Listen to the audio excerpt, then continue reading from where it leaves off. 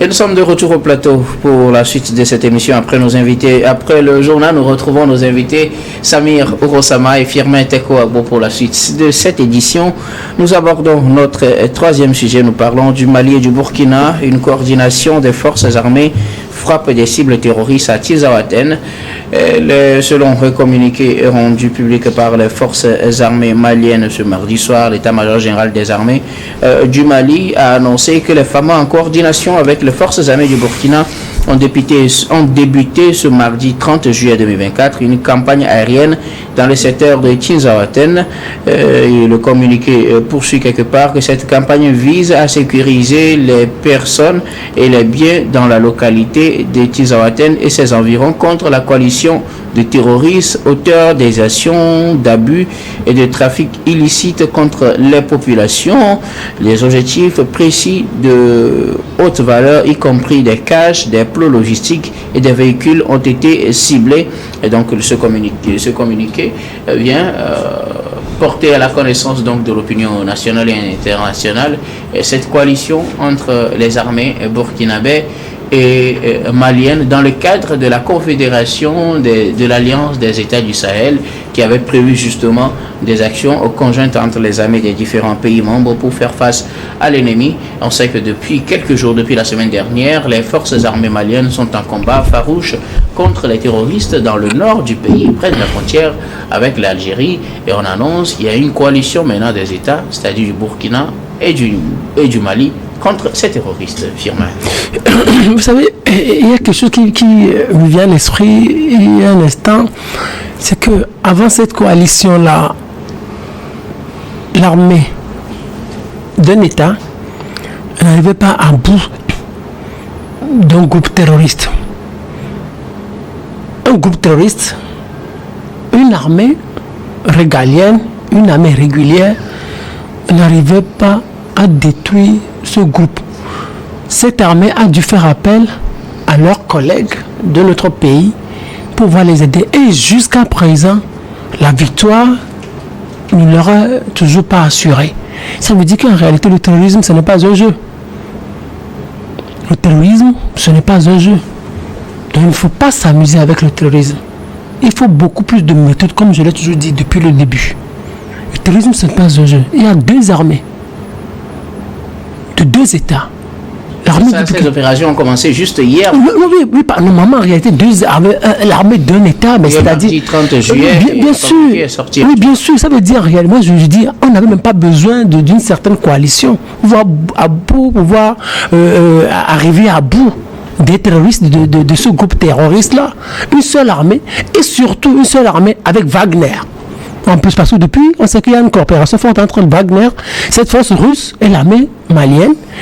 Wagner, en plus de l'armée de l'État du Mali, n'ont pas réussi à neutraliser les terroristes en 24 heures. On ne voit pas que c'est grave. Ce qui se passe est grave. Et vous imaginez, à cela on ajoute l'armée du Burkina Faso, en plus de Wagner. Ça fait trop. Le communiqué ne parle pas de Wagner. Je viens de lire. Oui, bien sûr. Bon, non, officiellement, c'est que le Burkina, on sait que le Mali, oui, bien sûr, non, bien sûr. Les forces armées burkinabè. Bien sûr, on sait qu'aujourd'hui, il y a Wagner qui est en contact, qui a un contrat avec les armées du Burkina, les FAMA et l'armée du Burkina Faso. Ce n'est plus rien à cacher. Il n'y a plus rien à cacher par rapport à ça. Ce n'est plus seulement des informations à cacher. Donc, Wagner, en plus de ces deux armées, n'arrive pas à neutraliser les terroristes. Ça veut dire que ce n'est pas un jeu. C'est pour ça, moi, c'est difficile. Alors, ce qui se passe. Qu'est-ce qui vous frustre? Le fait que ce soit une coalition. Non, c'est-à-dire qu'on n'arrive pas à mettre fin au terrorisme. Oui. Vous savez que le terrorisme, comme vous le dites, c'est pas un jeu d'enfant. Ce n'est pas un truc où on appuie sur un bouton et puis ça disparaît. Oui, ce qui me frustre, c'est que la situation est beaucoup plus dangereuse que les gens le pensent. C'est tellement dangereux qu'il faille appeler ou faire appel à une certaine méthode et ne pas s'amuser. Vous pensez que ces armées s'amusent? Non. Moi, je dis, regardez, ce qu'il faut, c'est quoi? Moi, je le dis toujours. Il faut s'ouvrir. Ce n'est pas une question de militaire au pouvoir pour combattre le terrorisme. Parce que ça fait déjà 4 ans que Assimi Goïta, lui, est là, plus de 2 ans que Ibrahim Traoré est là, mais avec les forces extérieures, ça n'arrive pas. Ça fait 2 ans. Il fera bientôt 2 ans. Ah, de 2 ans, excusez-moi. C'est en septembre, bien sûr. Ouais. En septembre, il fera 2 ans. Donc, excusez-moi. Donc, ça fait. Septembre, début octobre. Fin septembre, début octobre. Excusez-moi. Donc, vous imaginez, ça fait 4 ans qu'ils sont là. On disait, avec l'armée, avec les militaires au pouvoir, on peut détruire les terroristes. Mais le temps passe. Plus de 3 ans déjà au Mali. 2 ans déjà au Burkina Faso, en septembre. On n'arrive toujours pas à neutraliser. Ça veut dire qu'en réalité, ce n'est pas ça qui est la solution. Vous cherchez la solution ailleurs. Moi, je dis qu'il faille aujourd'hui que les militaires qui sont au pouvoir arrivent à réussir la transition dans un bref délai. S'ils veulent postuler ou se positionner pour être candidat à une quelconque présidentielle, qu'ils démissionnent et qu'ils deviennent des civils, qu'ils organisent des élections. C'est ça, en fait. C'est ce que je dis. Le problème... Alors je pense que là, vous confondez. Mais je ne confonds pas. Sécurité, un problème de défense, un problème politique. Devenir civil. Donc c'est un problème transversal. Permettez, devenir civil pour diriger le pouvoir. Est-ce que ça va faire que les terroristes vont partir? Oui, c'est regardez, ça veut dire quoi? Ça veut dire qu'en réalité... Ils ont déjà le pouvoir. Non, ils ont déjà le pouvoir. Comprends votre position si vous êtes contre le coup d'État. Mais là, ils sont déjà au pouvoir. Est-ce que pour en finir avec les terroristes, il faut devenir forcément civil avant d'en finir avec les terroristes? Regardez, ils disent quoi? Qu'en réalité, ils sont là, ils ont la solution tout de suite. Et jusqu'à présent, on n'a toujours pas la solution. Alors qu'est-ce qu'il faut faire? Il faut poursuivre dans cette même voie. C'est ça en réalité, on n'a toujours pas la solution. Moi, je me sens tellement mal parce que le Mali, le Burkina, le Niger sont des pays, des États que moi j'adore. J'ai assez d'amis là avec qui je communique régulièrement. Et quand des gens meurent comme ça, moi ça me fait mal. Moi quand des gens meurent comme ça, quand des Maliens meurent, quand des Burkinabés meurent, mais ça me fait mal. Je dis que moi je n'ai rien contre Ibrahim Traoré, encore moins contre Assimi Goïta. Mais c'est la méthode que moi je critique. C'est-à-dire arrêter. Leur méthode a échoué. Les gens continuent de mourir. Alors ce que moi je dis, et c'est très simple. Revenez à un gouvernement civil. Puisque vous êtes déjà militaire, vous allez plus vous ouvrir à des expertises. Parce que une question militaire... Est-ce qu'en étant militaire, on ne peut pas s'ouvrir à des expertises civiles, à des expertises... Mais arrêtez, vous imaginez, on est militaire, vous savez ce qui se passe. Tout d'abord, tout est fermé. Toutes les voies dissonantes, les voies divergentes sont fermées. On peut être militaire et aussi dictateur. On peut être civil et dictateur. On peut être civil, on peut être civil et dictateur. Mais ce qui se passe aujourd'hui, mais ici, on est militaire, on est dictateur. Et on n'a pas la solution tout de suite. Alors vous voulez qu'on reste toujours dans cette voie? Alors qu'il faut qu'on essaie encore une autre voie. Pour dire maintenant, on revient au gouvernement civil, on revient à un gouvernement démocratique et on s'ouvre. Et on fait appel à toutes les expertises dont on a besoin pour pouvoir diriger. Parce qu'en réalité, c'est comme les coups d'État. Non, c'est pas comme. Les coups d'État n'ont pas réussi à résoudre les problèmes auxquels nous sommes confrontés. Ça veut pas dire que le temps passe. Regardez tous ceux-là qui meurent dans ce désert. Tous nos frères maliens, burkinabés qui meurent dans ce désert. Moi, ça me fait mal, Guillaume. Merci beaucoup à vous. Firmin Teko Abou. Alors, Samir Ouroussama, une coalition entre les armées burkinabées et maliennes pour faire la guerre aux terroristes. On sait que depuis la semaine dernière, ces combats s'intensifient dans cette partie du Mali. Entre-temps, une avancée des forces armées maliennes a été stoppée par les terroristes. Et une certaine pause, et puis les terroristes ont pris une certaine avance avec des pertes au niveau de l'armée régulière. Là, on annonce une coalition entre les armées burkinabées et maliennes pour faire face aux terroristes. Et on reprend de l'ascendance apparemment. Je pense qu'au-delà des considérations idéologiques et même au-delà des considérations politiques, toute action, toute initiative, toute œuvre qui consiste à mettre en cause ou à remettre en cause l'intégrité, qui consiste à mettre, comment l'appelle-t-on, en cause l'unité de nos pays doit être dénoncée, doit être condamnée. Et donc, toute action terroriste, quel que soit le territoire sur lequel ces actions-là sont perpétrées, doit être condamné, doit être dénoncé, doit être combattu. Donc le combat que le Mali est en train de mener, le combat que le Burkina Faso est en train de mener, le combat que le Niger, le combat que l'ensemble des pays du Sahel sont en train de mener, c'est un combat légitime. C'est un combat légitime. Tout le monde est d'accord là-dessus. C'est un combat légitime il y a de cela 10 ans. C'est un combat légitime aujourd'hui. Ça serait toujours un combat légitime après. Que ce soit un militaire qui soit au pouvoir, que que ce soit un civil, que ce soit une autre forme de gouvernance qu'on mette, ce sera toujours un pouvoir légitime. Alors, vous, Samir Ourossama, puisque là, je ne sais pas si je vous suis bien, parce que je sais que vous êtes contre les coups d'État, et donc vous n'avez pas toujours apprécié ces militaires au pouvoir dans ces pays. Mais dites-moi, est-ce que vous allez comprendre qu'en réalité, qu'on puisse être ou non pour des formes par lesquelles les gens prennent pour arriver au pouvoir, un peu illégitimes d'ailleurs, un peu qui ne sont pas conventionnels et qui mettent en mal l'évolution démocratique de nos pays. Qu'on puisse ou non être d'accord, est-ce qu'au nom de notre position, nous devons être contents de ce qui peut arriver à un peuple qui n'a pas demandé à ce que telle ou telle personne arrive au pouvoir? Parce que les donc, actions terroristes... mais attendez, vous êtes contre les coups d'État. Je suis contre toute forme. Je suis contre toute forme qui consiste, à un moment donné de l'histoire de chaque pays, qui consiste à renverser un pouvoir légitimement installé, un pouvoir légalement installé, un pouvoir qui est arrivé au pouvoir par les mécanismes que l'ensemble du peuple s'est défini d'ailleurs et qui sont contenus dans nos constitutions par lesquelles nous remettons le mandat de gouvernance donc à nos États. Je suis contre cela, y compris les coups d'État et tout ce que vous pouvez trouver là-dessus. Le deuxième élément, c'est-à-dire que le problème que nous avons aujourd'hui dans ces pays du Sahel, c'est que dans ces territoires ou dans ces zones-là, l'État a abandonné. L'État a abandonné ses responsabilités. Vous n'avez pas la présence de l'État. L'autorité de l'État est absente complètement. Il n'y a pas une représentation de l'administration centrale. Il n'y a pas les différents services sociaux de base. Les écoles, ça n'existe pas. Si ça existe même, c'est au compte de goutte. Il n'y a pas des hôpitaux. Il n'y a pas tout ce qui peut permettre à ce qu'on puisse avoir une présence humaine dans une zone.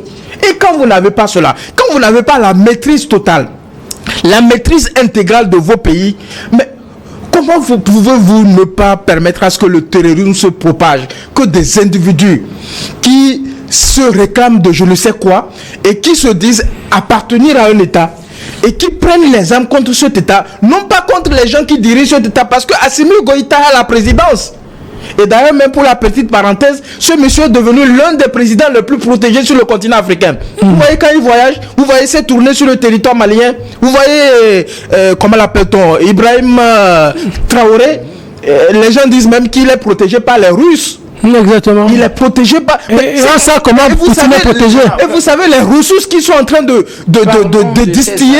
des combats contre les terroristes, parce que là, je ne vois pas... Non, il y a un rapport, c'est parce que l'argent qui serait destiné à protéger un tel individu, un tel l'autre, qui s'est dit qu'en réalité, c'est la sécurité qui a fait qu'ils ont pris le pouvoir, au lieu de gaspiller cet argent pour la sécurité. Deux militaires même, il a peur de ses propres frères, peut-être de ses propres frères d'armes. C'est un paradoxe total. Donc, en réalité, quand vous ne disposez pas de la maîtrise totale, de l'intégrité, de la totalité de votre territoire, il est donc légion que ces groupes terroristes essaient de s'implanter un peu partout. Et ce qui se passe dans cette partie-là, et moi, je m'interroge véritablement parce que en réalité, le Mali a une frontière avec l'Algérie. Est-ce que vous savez cela? Ah oui. Comment se fait-il que l'Algérie n'a jamais été touchée par les groupes terroristes, par les groupes djihadistes? Quel est le rôle? Quel est le rôle de l'Algérie? Je parle des temps modernes. Quel est le rôle de l'Algérie dans cette histoire-là? Est-ce que un certain nombre de pays, un certain nombre de puissances n'utilisent pas l'Algérie pour alimenter les groupes terroristes dans cette partie du Sahel? Ce sont des interrogations. Est-ce que l'Algérie, au lieu de jouer un rôle, comment l'appelle-t-on, d'accompagnement, un rôle de soutien à ces pays qui traversent des situations assez lamentables, parce qu'en réalité, ceux qui vivent des situations déplorables, précaires dans ces zones-là, ce sont les populations. Ceux qu'on tue, ce sont des populations. C'est vrai qu'on peut tuer sporadiquement les militaires, mais en réalité, ceux qu'on maltraite permanemment, ceux qu'on les spolie de leurs biens, ce qu'on fait de telle sorte qu'ils se déplacent régulièrement de leur zone, ce sont les populations de ces localités-là.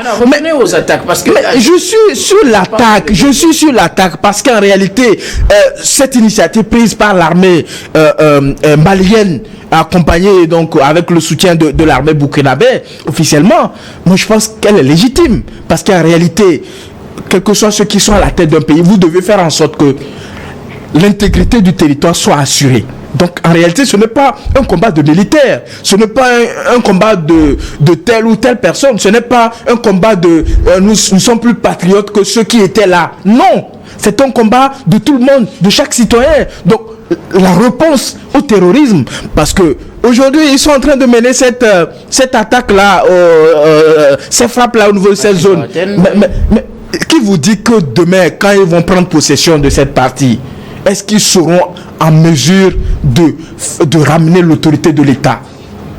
Est-ce qu'ils ont les capacités? Est-ce qu'ils ont les capacités nécessaires? Non, parce que moi, en réalité, pour que des combats soient efficaces, pour que des luttes soient efficaces, il faut qu'en réalité, vous puissiez être en mesure, lorsque vous gagnez un territoire, de faire asseoir l'autorité de l'État. Vous auriez aimé, puisque vous supposez qu'ils ne seront pas capables de le faire, vous auriez aimé... Non, ce sont des interrogations, véritablement. Parce qu'on a vu par le passé, quand les terroristes étaient au port de Bamako, nous avons vu comment l'armée française, à l'époque, et quoi que les gens disent aujourd'hui, même s'ils ne sont pas d'accord avec moi, quoi qu'on puisse reprocher à l'armée française, à l'époque, elle a joué un rôle primordial en aidant le Mali à repousser les terroristes. Nous avons vu qu'en réalité, le combat qui est mené au cours de ces 10 dernières années, l'armée malienne n'a pas été en mesure, lorsqu'ils arrivent à récupérer un territoire, de ramener comment l'appelle-t-on, l'autorité de l'État, de ramener la paix intégrale,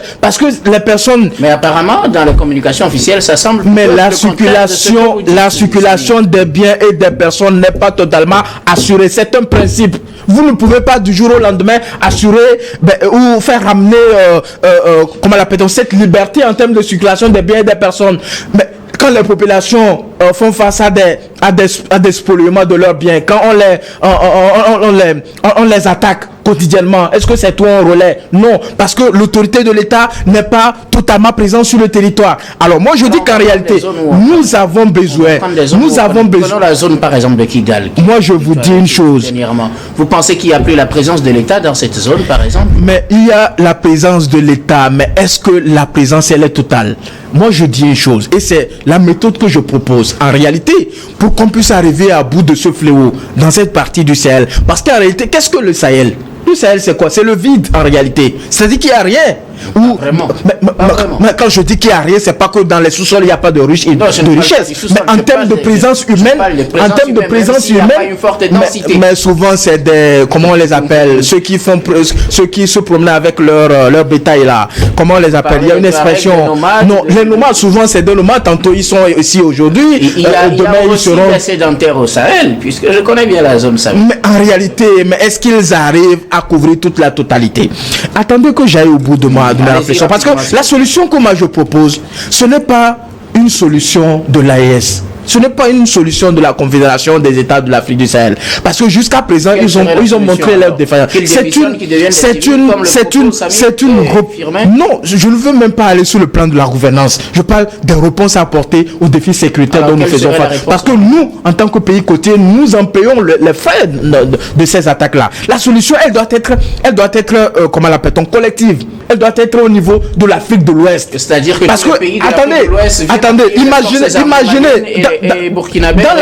Ce n'est pas appuyer l'armée malienne ou burkinabé. Non, ça doit être comment l'appelle-t-on, une initiative commune avec comment l'appelle-t-on, un commandement général composé des différentes représentations de nos armées, c'est-à-dire que des différents corps et tout ça là, qui composent le commandement. Pour la MINUSMA par exemple. Qui compose le commandement. La MINUSMA, c'est, vous savez, je ne veux pas aller dans ces organisations internationales parce que quand ils mettent en place ces choses-là, ils savent ce qu'ils ont en tête en mettant en place. Moi, je parle de la réponse de l'Afrique de l'Ouest. C'est pourquoi moi, j'ai convié nos amis de l'AES. C'est vrai, à un moment donné, vous pouvez être fâché contre vos frères et sœurs. Il faut mettre la balle à terre, revenir et qu'on puisse ensemble nous asseoir, trouver une solution commune. Parce que aujourd'hui le terrorisme, les gens disent que le terrorisme ne sévit que dans le Sahel. Mais le terrorisme ne sévit pas que seulement dans le Sahel. Le terrorisme a commencé à sévir sur la côte.